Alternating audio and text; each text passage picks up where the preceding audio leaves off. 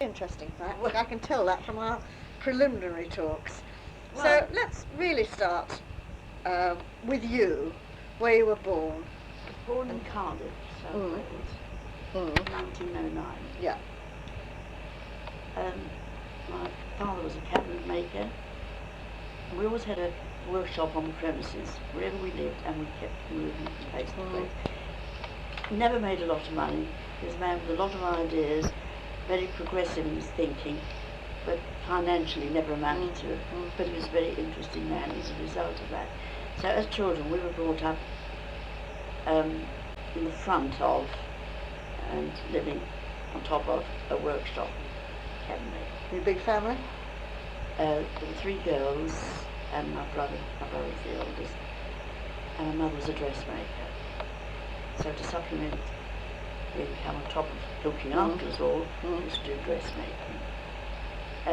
We went to the local school in Cardiff, and we walked over what we called the hay fields then, and there were all this, being South Wales, all the slag heaps with the coal miners and all these sort of residue of the coal, and it was part of our morning walk going to school. Yes. And they were happy days, and though we had, not a lot of money, we always went out as a family. My father had a bicycle with a saddle in front for one child and a step in the back for the next child up, and the other 2 walked. And my mother, we were always a walking family. And if you lived in Cardiff or any part of Wales, you walked everywhere. And you saw lots of it, and we thoroughly enjoyed it. Maybe we didn't appreciate it so much at the time, but looking back, it was a very happy, communal kind of living. We had 2 of my mother's sisters and their families, and we invariably met up with them. And there'd be a game of cards with me in the evening, what Jewish people do, on Sunday. Quite a Jewish community in Cardiff. Oh yes. Were you involved with that at all? Well, we went, there was the big shul, which was in Cathedral Road, which I've learned since. Only last week, somebody I met from Cardiff said they'd closed it down because they didn't get the people following. No. And it was an Orthodox synagogue, presumably, wasn't it? Oh yes, yes. Now my mother was my father was too, but my mother was very strict. And whatever else happened, Friday night was the white cloth and the candles and all sitting round the table. My father was more liberal-minded, even in those days. He was sort of a thinking man. He travelled a lot. And that was his experience of life. And he was always very interested and a very patient man with his children. That's nice. Did you go to religion school at the... No. Now I always all my friends, not all my friends, but Jewish people around us, the children went to Cheder, as we called it. And I think it was a long way off.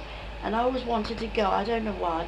I had this craving for learning, and my mother said, you learn your English kind of thing. And somehow or other she didn't encourage it, because I think it meant somebody taking you there. I never did query why, but we didn't go to Cheder. My brother did. Well, in those days, perhaps it was more the boys. The boy, yes, I think that was it. Then the First World War started. My father had difficulty in getting wood and timber and all kinds of things for his work.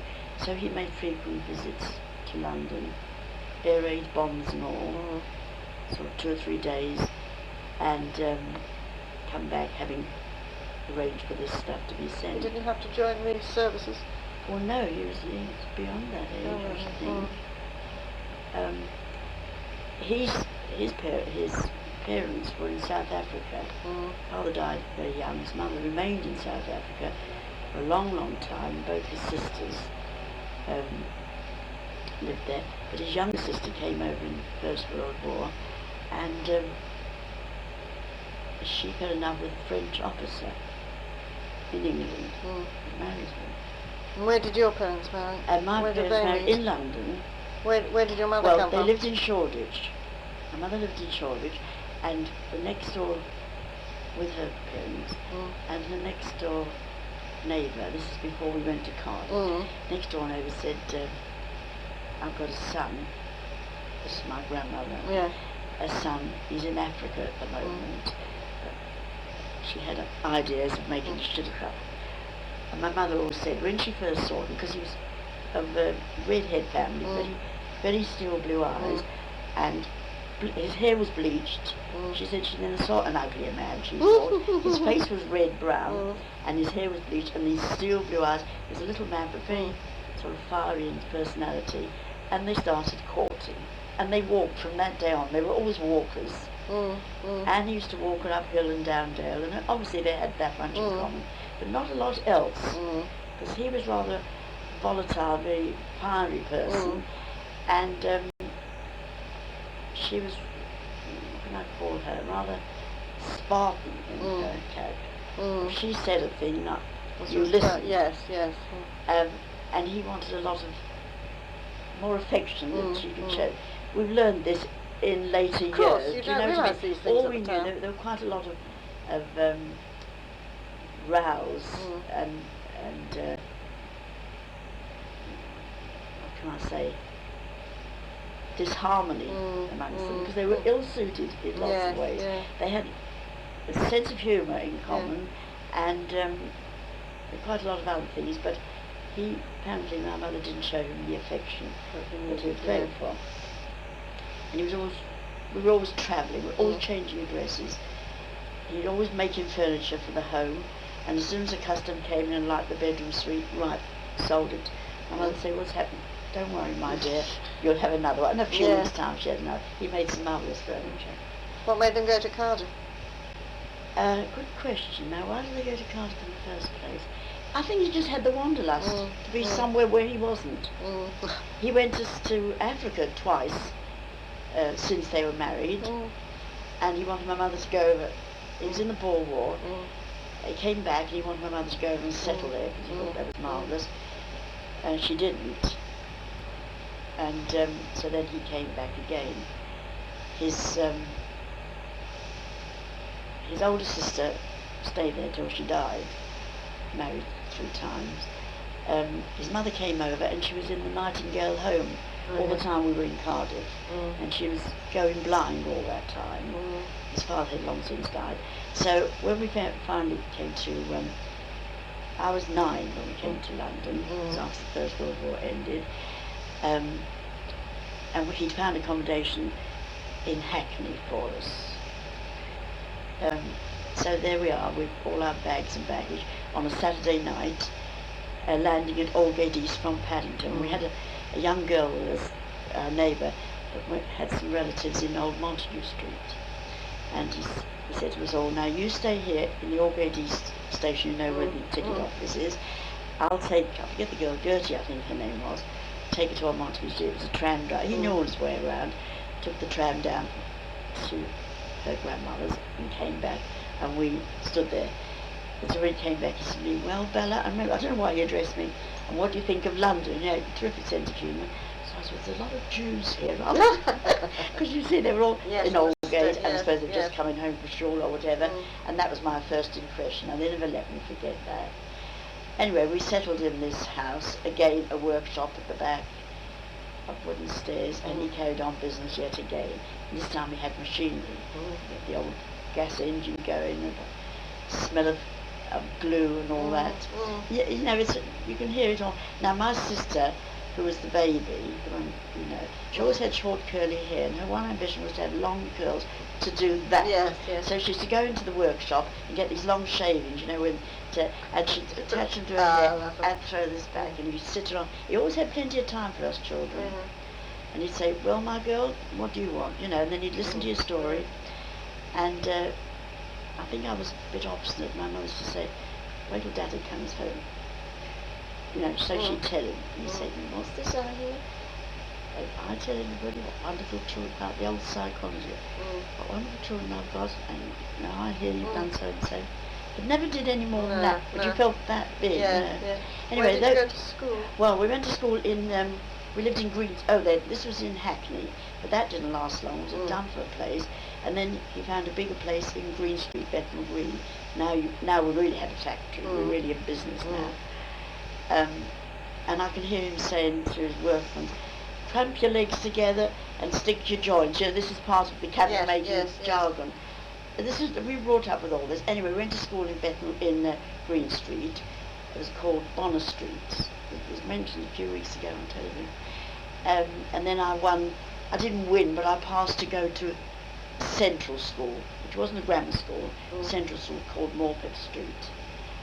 I suppose I was, and my older sister, she was 3 years older than me, she left school and she wanted to be, she was very quiet, she was the quietest one, and she wanted to be in an office. So my father sent her to Cusacks College to learn shorthand typing. What's that called? Cusacks.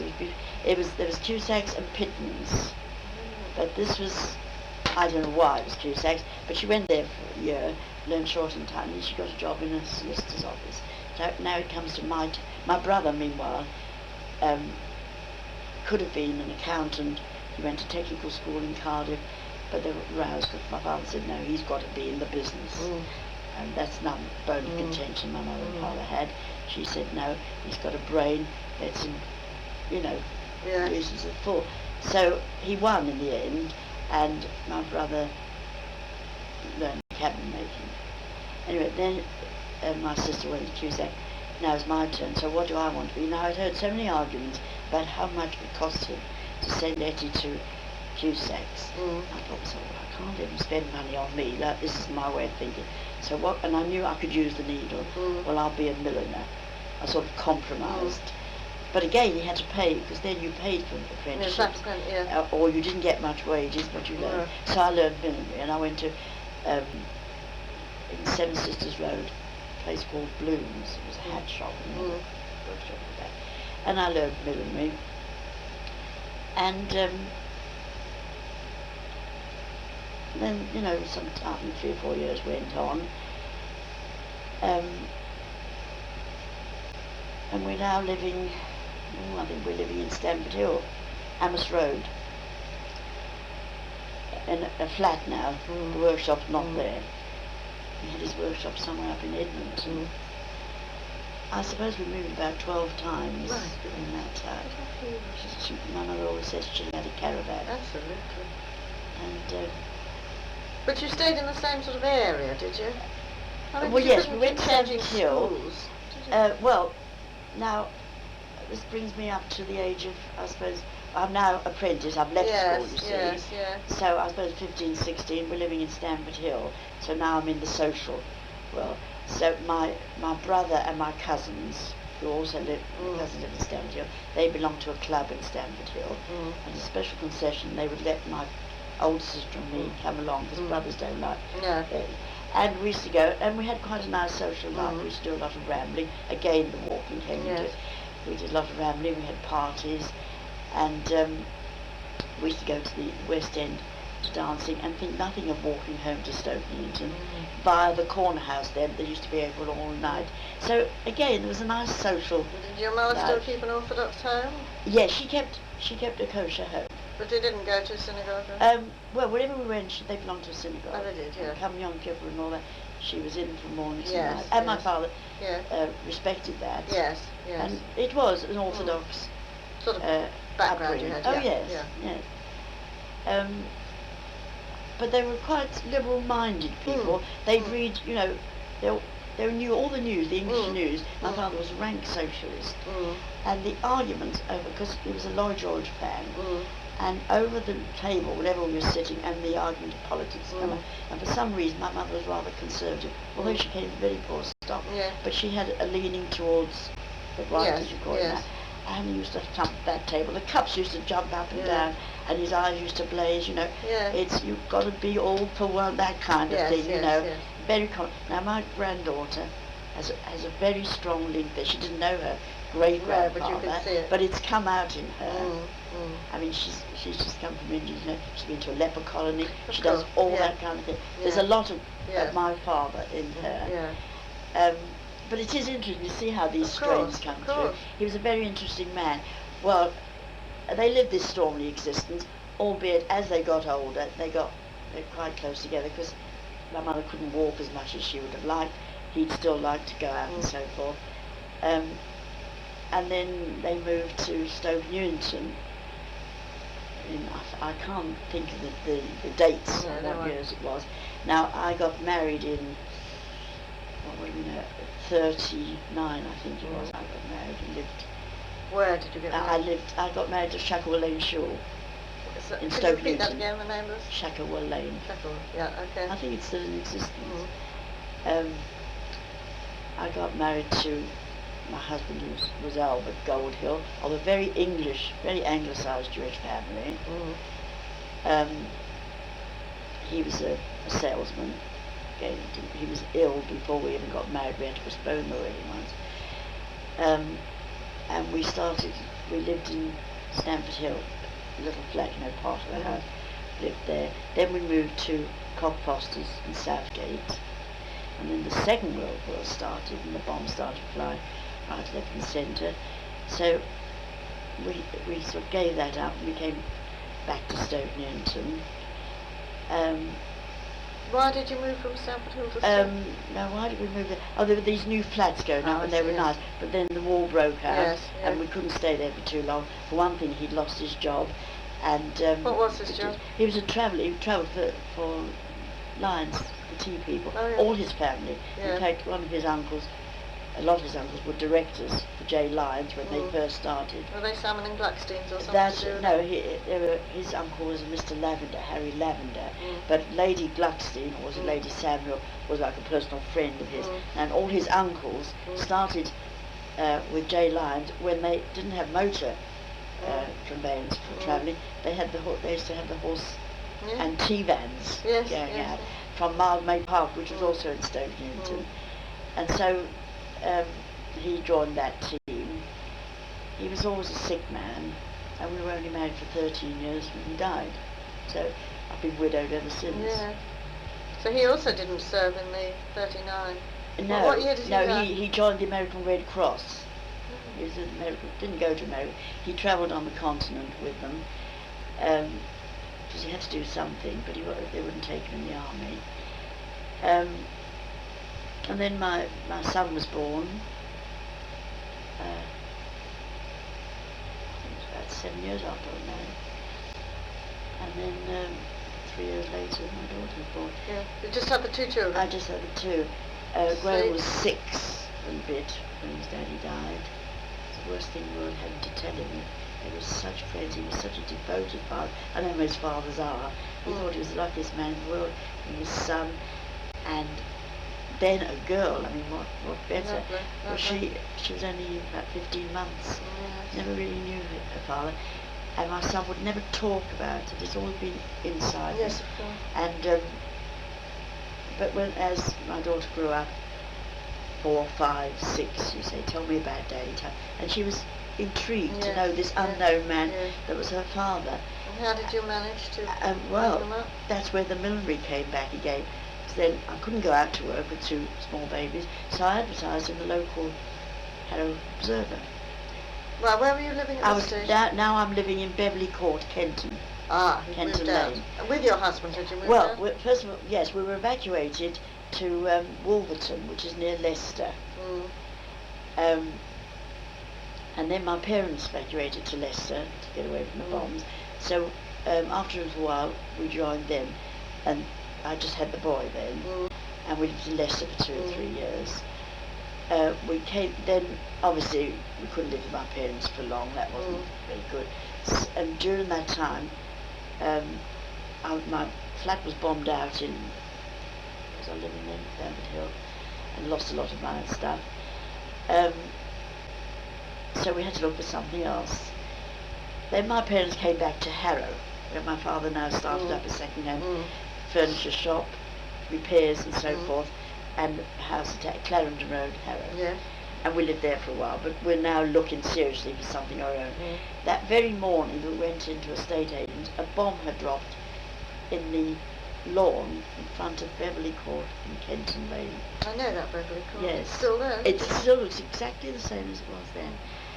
So they say one man's meat, another man poison. The 2 old ladies that were living there flew, and this lovely flat was there for rent. And so we took it, moved in. And I think we were living there about 8 or 9 years, taking the other game and died. But the kids, my 2 children, brought up with they're all young families there, and they all had children. So it was all uncles and aunties in all That's nice. the flats there. Yes. So they got happy memories of that, Yes. and there were lovely fields and grounds attached to the flat. And if ever there was a party, everyone was included. In fact, I've got pictures of the outdoor parties that the boy had, and Ruth had a couple there. And so I struggled on, and then the Rent Act came in, which shot my rent up to the enormous amount of £5 then. Can you imagine? Now I'm talking 20 odd years ago. Well, No, more than that. more, 25 years ago. And so I'm really in trouble now. So I applied for national assistance as it was then. And I got a bit of help from them. Then I took these renovating hats, because now we're very short of hat material, fur felts. Yes. So it was a big thing if ladies could have their old hats remodelled, reshaped, retrimmed, and I worked up a very nice clientele. Albeit it was very hard. Still had, I must say, I kept a nice home. The kids were well dressed, well fed. Tried to make, my one aim was to maintain a standard, so they didn't. Yes. I felt I had a mission in life to bring 2 kids up. Couldn't think about myself. My sister and her husband were very kind. She had 3 boys, and her husband said, "Look, whatever we got, we're sharing with me." So he had a small car in which we all went. 8 of us went out. Her 3 boys, my 2, and she and I. Lovely. So 8 of us. We had again another happy period where the kids had lots of fun. So I did this for 4 or 5 years. I couldn't stand it anymore. I had to go to the West End, matching up little bits of material for colours, and it was quite traumatic. So I had to give it up, and a lot of my customers were very upset. But then things got moving, and when Graham was 11, now we belong to the Kenton Shul. Yes. And Graham was going training for the mitzvah. He loved the Orthodox shul. In fact, when we changed to Liberal, he wasn't a bit happy. But it was important that you should have the mitzvah. And they didn't have the real building in Kenton then. They had a little back. Now, who was the man that had it? One of the Kenton Park Gardens, I think it was called. The back of the shops there. One of the founders of the Kenton Shul gave up his garage or what it was, and used to hold the Sunday morning classes there. I forget the man's name. He's still around. And he learned his piece there. Funnily enough, they made a mistake in the date, and for a long time he was learning the wrong thing. So about 6 months before this, they looked up his portion and had to revise it. So he had a crash course, and he wasn't overconfident in learning, but anyway, he did very well. And my in-laws, who still lived in Stonington, made him a nice big party for all the family. They had one of these big old-fashioned flats, you know, with the huge rooms in Albion Road. And although they were sort of anglicised Jews, my father-in-law was very devout, a Jewish man, you know, very staunch to his shul. I think it was Poets Road there. I don't know if you know it, that part of Stonington. And he was well respected there. Anyway, we had a nice big family do there. Everybody cried, you know, this boy piping his voice, singing and all that. And so the years went on. And then I thought, well, I can take a little job away from home. This was not much fun, working and sewing, clearing up. People presumably were wearing hats less, weren't they? Well, yes, there was a phase when they were wearing hats less, but the people that had these were only too pleased because they became very expensive and raw material was hard to get. But I gave that a miss. Then I went on to lampshades and did that for a while, another headache. And then I worked, then Lillian Cars opened at the top of Kenton Lane, you know, where the, in the Kenton Road. Yes. You know where Moss's, did you know Moss's, the Jewish grocers along that parade? There was a telephone exchange and then a lot of shops. And then this shop was, it used to be Cutmore's, and then the Davises bought it. You mean there was another Cutmore's? Yes. But it was, they changed it to Lillian Carr and Haberdasher, and I thought, well, now this is right on top of where I live.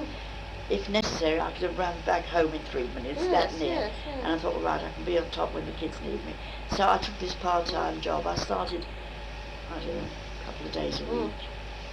And And I've been there ever since. For a long time. You must be one Well, of them. I worked for the Davises for nearly 30 years, and then they moved to Pinner because Cudmore's closed. Mr. Cudmore was retiring, offered them the business there, so they gave up Kent and concentrated on. And by the same time, I was moving from. My sister had got a place in Hatch End in Malsworth Avenue. It was the Pinner Park estate, and they were renting these houses. And she said, well, "Why did you find one?" She was in Evelyn Drive, which is a lovely road. And so on the same estate, there was one going, a 4-bedroom house in Malsworth Avenue. So I applied, and I rented that house. And then, and now the children are growing up, and they went to school in Pinner, and made a lot of friends. And you still belong to the Kenton congregation? Well, then I changed to Wembley because it was a bit far to go to. Which Preston Road? Preston Road. So you went from the Orthodox to the Liberal? Yes. Well, that was a big step. Well, it was a big step because I've never learned Hebrew. No. And it wasn't. I didn't like the atmosphere, and there's a lot of talking that goes on in the thing. And a few occasions when I've been to the Liberal, I liked the respect and the decorum that was shown there. It appealed to my family. As I say, the only one that wasn't too happy was my son, who said he'd rather have had stayed with it. But then by this time he's going out and about on his own. So my daughter was never religiously inclined. She used to go along then, on the odd occasion. Yeah. And so I'm now still working. Who was the minister at Vivian Simmons. Oh yes, yes. He was rather imposing looking. Yes, that's right. Did you ever know him? Well, no, not. But I knew his wife, Teresa, very well. Yes. What was her name? Teresa. Teresa, that's right. Yes, she was quite active in Yes, that's right. There. My sister still belongs to Wembley. Yes. That's where I met your sister. That's right. That's where we were living in Kent. But since then, having moved over here, we thought, well, it's silly to. Although now we have to go to the town hall on the odd occasion, which is even further than. What do you mean, northward? Yes, the one. Oh yes, well of course. But when did you move from the Wembley congregation to join our? I think we'd been living in Hatch End for a couple of years, and then we transferred. And we were already starting. You hadn't built the new shul. No, we were in Hallowell Road. Hallowell Road, that's right. Yes. So we went there for a couple of years. Are we still going? Yeah. Other than that, I've made a social life myself. My sister her husband had left. He was living somewhere else. He has since died. But we go out together quite a lot, and we go on holidays together. You have two sisters in Pinner, haven't you? Yes, but my older sister lives in Pinner House in Church Lane. And she's a spinster lady. That is Esther. Etty, yeah, Esther. Oh, yeah, she's the older. Yes, and she's the one that was originally in Evelyn Drive, is that right? No, it was my younger sister. Yeah, we've always been together. We always had more in common. Now Etty's been more, what's the word, laid back, refined, I don't know what, not quite so active physically. She retired when she came, because she worked in the coal board in Leicestershire. She was company secretary, but immediately she became retiring age at 60. She just stopped work. Is she the eldest of the three? She's the eldest of the three. My brother's still in Canada. He's over 80. She's the eldest of three, but she's become less active. Yes, of course. And now she finds it hard. Yes. Even to go into Harrow is quite a thing for her. But she lived in Newton's Court for a while. Yes, that's when I knew. That's right. And it became a bit much for her. And I said to her, I know lots of my customers live in this place called Pinner House. I said, it's quite near here. Go along and see it. She wasn't too keen. She said, well, I'm not ready to give my home up yet. But after 2 or 3 years, I sort of persuaded her to at least put her name down. Because you only have to wait for somebody to die before there's a vacancy. Well, it took 5 years, and the vacancy became available. So reluctantly, we went along to see this, and you pay a rent. Yes, I've visited somebody there. Yes, and it's quite nice, beautifully maintained, and so forth. it took a lot of getting used to, because you're literally confined to a bed sitter. Of course, when you've had your own place. Right. But so she is there, and really she's under,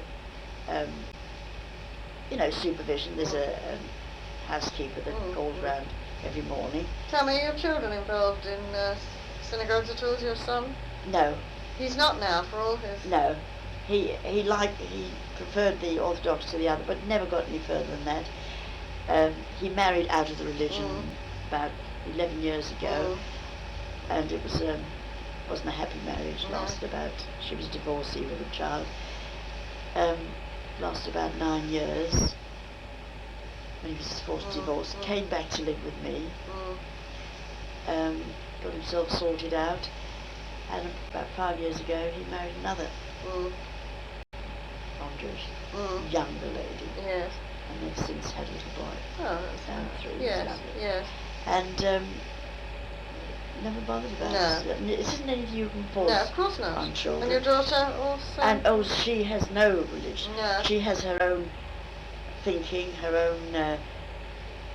She calls it her own religion, which she practices herself. Yeah. And she's now married to Tony. Yes. You know Tony Blackhand, who's Jewish. Yes. But again, not a practicing Jew by any means. No. When it comes to high holy days and the festivals, I don't insist, I don't have to insist. They're too glad to come here, have a meal, we get together. Yes. I maintain that much. Yes. My sister and I go to shul at Northwood. Yes. And we usually have a family get together. Yes. As the high holy day. Nice. You've got to keep some kind of. I can't say I observe it to any great extent. But you belong to a community. I belong to a community, and the children know when it's Johnson, and we all get together, and they all do their own thing. As you see, you can't do. No, well, I think that's very interesting. Yeah. Because I've left a lot out, and I could go on and on and on, but we'll stop there.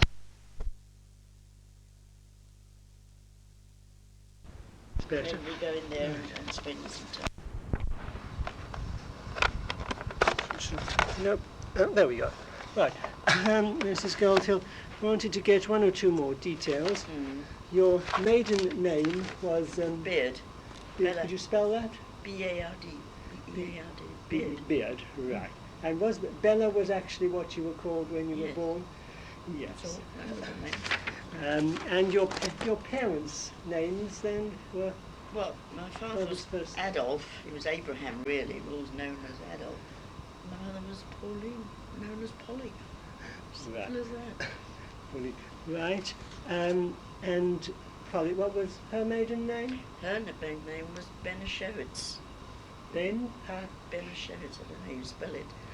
Benashevitz. Really? So, right. And one or two other points I might ask you. Whereabouts you lived in Cardiff? The name of the road? Well, the name of the roads would be more appropriate because we were always moving. Yes. But one was Wood Street. Wood Street, yes. Well, I went to school from 5, I think it was then. Yes. And then Clare Road. Clare, C-L-A-R-E? That's right. Yes. And that's all I remember about Right. Cardiff, and then we came to London. You know which road you lived in there? You came to, was it came to Hackney. Came to Hackney. Sylvester Road. Sylvester Road. Hackney. Off Mayor Street, that was. Right. And then from there we moved to Green Street, Bethnal Green. Green Street in Bethnal Green. Right. Subsequently, about a dozen other places. I suppose there are any consequence at this point, though. That'll probably do us. Yes. Thank you. Running over your, from the beginning, getting an idea how really, honestly, how well off people were. How far did you have domestic help? And would you even in Cardiff? No. Never did. My mother worked. In fact, she used to do dressmaking to supplement the income. My father had so-called cabinet making factory. Yes. Which never amounted to an awful lot financially. And but he was hard-working, and always had a workshop adjoining or adjacent to the where you live. housing, whatever it was. Whether in Cardiff or in London. Yes, that was part of, whenever he looked for living accommodation, he'd always had to have some kind of facility for workshop. Work. Right, but your mother, there was no help in the house, and did your father employ people in his workshop? Oh yes, yes. About sort of how many were there? Well, at various times. I mean, he perhaps had about 6 at one time. Oh, about 3. That sounds as if it was. Well, it should have been, quite... but he wasn't consistent enough. That was his nature. He was one. His mind was always ahead of his own. Wasn't a good businessman. No, not. He was a very good craftsman. Oh dear. And but for whatever reason, I don't know, he never financially never amounted to an awful lot. Managed to employ up to 6 people. I suppose some of them might be just lads, apprentices. Yes, and then he had machinery at one point. The old gas cylinder machine used to chug away. So there was always somebody manning that. And then he'd be calling out to Bill and George and clamp your bottoms together and all that, because there was all this gluing and clamping. And as kids, we always heard these instructions being called out across the factory floor. But somehow riches didn't come into it. He never amounted to it, let's put it that way. But we survived and had a happy childhood. He managed to sell what he made. Was it all made to order? Yes, it was all ordered, yes. Then when he came to London, he worked for Chippendale Workshops, which were up in Baker Street. He worked for them? Chippendales employed him, and I think I've got a picture here of him when one of the first, that was him at his 90th birthday.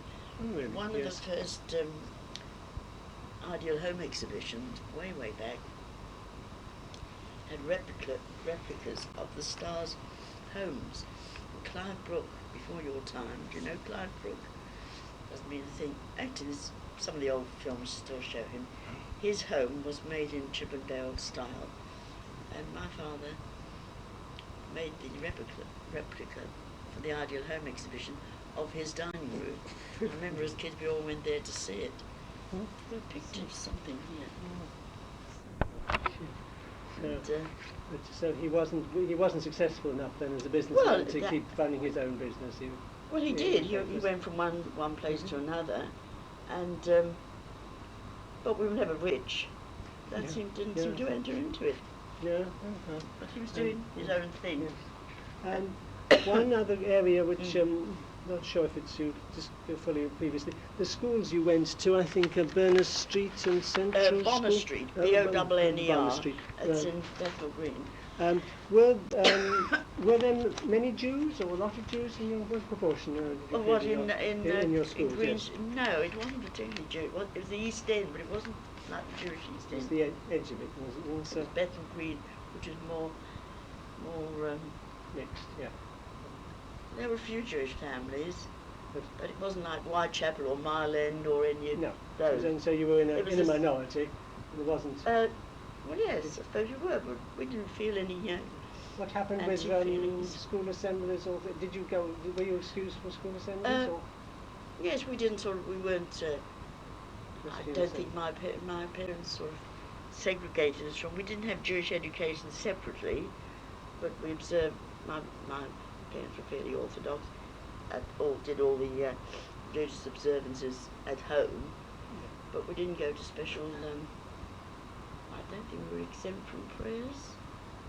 So you weren't enough Jews for a separate assembly? No, definitely not in that. You went into the general No, it prayers. wasn't that kind of Jewish area. And similarly, in the central, then you went to the central school, which is a stone's throw in the same area. Bigger one, so it was a similar... a step up, I suppose. You didn't have the system that you've got now. If you weren't sort of grammar school and you passed certain exams, you went to what they call a central school, and that was north of the street. It was within yards of Bonner Street. That again then had only a few Jews, did it? A similar time, you sort of stepped up from there. There were quite a few Jewish families. We had Jewish friends in the neighbourhood, people who had shops and things like that. Did you My best friend was Jewish. Did you meet any anti-Semitism in school? Not or at those, streets not at all? in those days. No, No. in fact, people didn't think we were Jewish as a family. We never denied it, but perhaps we weren't typically Jewish looking, so we never came up with it. But what we did find, coming from Cardiff, strong Welsh accent into sort of Cockney type Bethnal Green, that stood out like a sore thumb, and we Really? got very embarrassed over that. Yeah. We tried to kill it. You know, as children, you know how embarrassed you can get if you're in a minority from that point of view. So we sort of tried to cover it up. Tried to pick up an East End Yes. accent, did you? And lose the Welsh accent, which you can imagine is very strong. Yes. But how old were you when you moved? I from was Cardiff? 9. It was after the First World War. Because of business, I couldn't get materials. My father brought us all over to make it easy for his work. Right. Just that fills a few gaps, and finally, your grandparents. I didn't think anything much was said in the first. Did you know much about them? My mother's parents. Your mother's my parents. mother's parents. My mother lived in Riga. She was born in Riga, but they came over to London. I remember my mother's father very vaguely. But he died soon after we came to London. But her mother died before we knew her, before we were born. And my father's father died very early on. Mother went to live in South Africa, Rhodesia. Yes. But she came back here.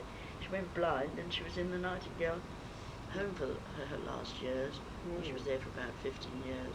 So when we came to London, that was the first time we were introduced to our grandmother.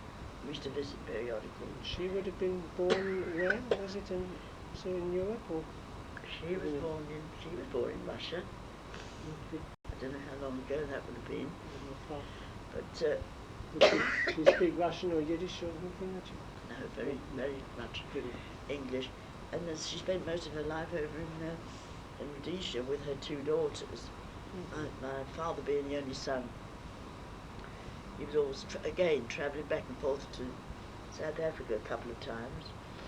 And it's only because my mother insisted she didn't go back after they were married, because this might have been a different story then. Yes. Right. Oh, Okay, let's look at some of these photos. You've got this one shows your father. That's my father. Well, that was in latter years. In the It wasn't in the Charles Claw house. I think it was before then. Doesn't seem to give his name. That I No, can see it his was the beard. Charles Claw house in Muswell Hill. Yes. And then the board, the Jewish board of what they call themselves, made this Not the film. board, yes. And it was called Cast Us Not Out. His picture was put on that as one of the typical Residents, yes. and one of the oldest, I think. Although he was very alert, his mind was active. And So that's interesting. And that was that him was again. him. So your That father was just at his 90th birthday, I think, blowing his candle out. That was me as a child. That's right. In which school was that? This was in, that would be in Bonner Street, in my first primary school, as they call it now. Right. And which are you? Can That's me. second from the left. Yes. In the front row, wearing a Well, a pinafores, pink. whatever Well, it was. yes, you wore gym. They called them gym Gym suits suits, then. yes. And that was a pink woolen jumper that my mother knitted. She did all the knitting and all the sewing. Right. I think you should copy that. If you'd like to. You were how old? That would be. I would be about 9, coming up to 10, I suppose. You just come to Well, London, was it? that was presented to him in the Charles Right. Claw house. Oh, Occasionally was having service. Tours in between. So what year would that be? How long ago would that be? Showing him as Abraham Beard. Do you say Yes, he was known as? Well, he was called Adolf. I don't know why. I think when he called himself that, and that's how he was known throughout. And that's Mum and Dad at one of the boys. No, it was a wedding in the family about 25 years ago. That's So that's my daughter. On the daughter on the left. Ruth. I think you know Ruth, don't you? Ruth Dave, Black- yes, I think. Yes, what's the married name? Blacker now, Tony Blackett. Blacker. Yeah, I think your kids used to go to the I same think school that- around in Heard that, Pinner yes. Wood. And that's me, and that's my son. On the left. Yes. So that's we three together. That's one of my sisters. That's my younger sister and her husband and her sons. And that's the grandparents. And that was, as you say, about 25 years ago. 25, 26 years ago, yes. Connie and Derek, I don't know if they go to Wembley Synagogue. Levine, their name is. Which was what? Their It was their their marriage. wedding, Their and wedding. my daughter was the bridesmaid. And that's one of my wedding pictures, Really? one of the proofs. Oh, really? Right. And That goes back this 52 years ago. so this is yourself and your husband in the middle, and on the left. Well, this is my husband's family. Now, this little boy. Now wait a minute. It's 52 years ago. He was 3. He would have been 55, 56.